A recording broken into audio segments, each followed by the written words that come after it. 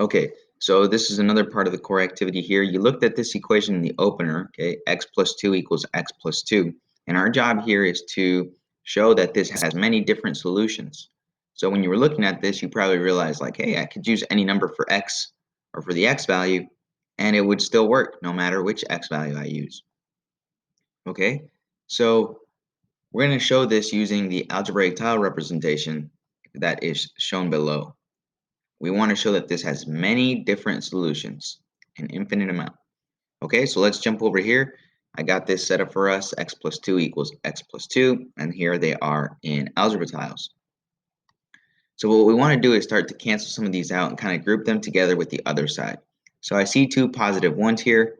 I'm going to get rid of those two by showing the negative ones, and I'm doing that because there's two on this side also.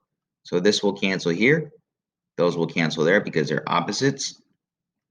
And what you do to one side, you have to come and do to the other side.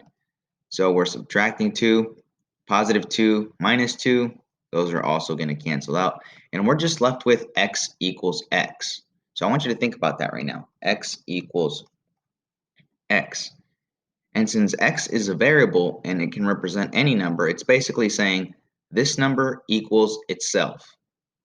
Okay, when something like this happens, it's telling you that the x value can be any number that you want. So for example, 5 equals 5. But we can change that to like 6 equals 6. No matter what number we choose for x, it's going to be the same on both sides of the equation. That's why it's always going to be equal. Now, since this is happening, we can really choose any value for x, and it would give us a true statement, a true equation. Therefore, we can choose any value, or this has infinitely many solutions. Okay, any x value will work.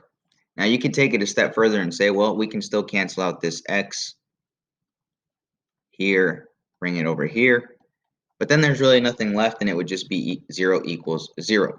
However, this equation here, 0 equals 0, is also true. This is a true statement. And when you get something like this, 0 equals 0, this means that you have many solutions. Okay, so think about this. If we stick a 5 in here, 5 plus 2 equals 5 plus 2. That's true. Okay, but we could also try something like 8 plus 2 equals 8 plus 2. Remember, x is the same in both of these. So no matter what number we choose for x, this equation will always be true because we're always using the same operation of plus 2 on both of those same x values. And so this can have many different solutions. I showed you that using the algebra tiles.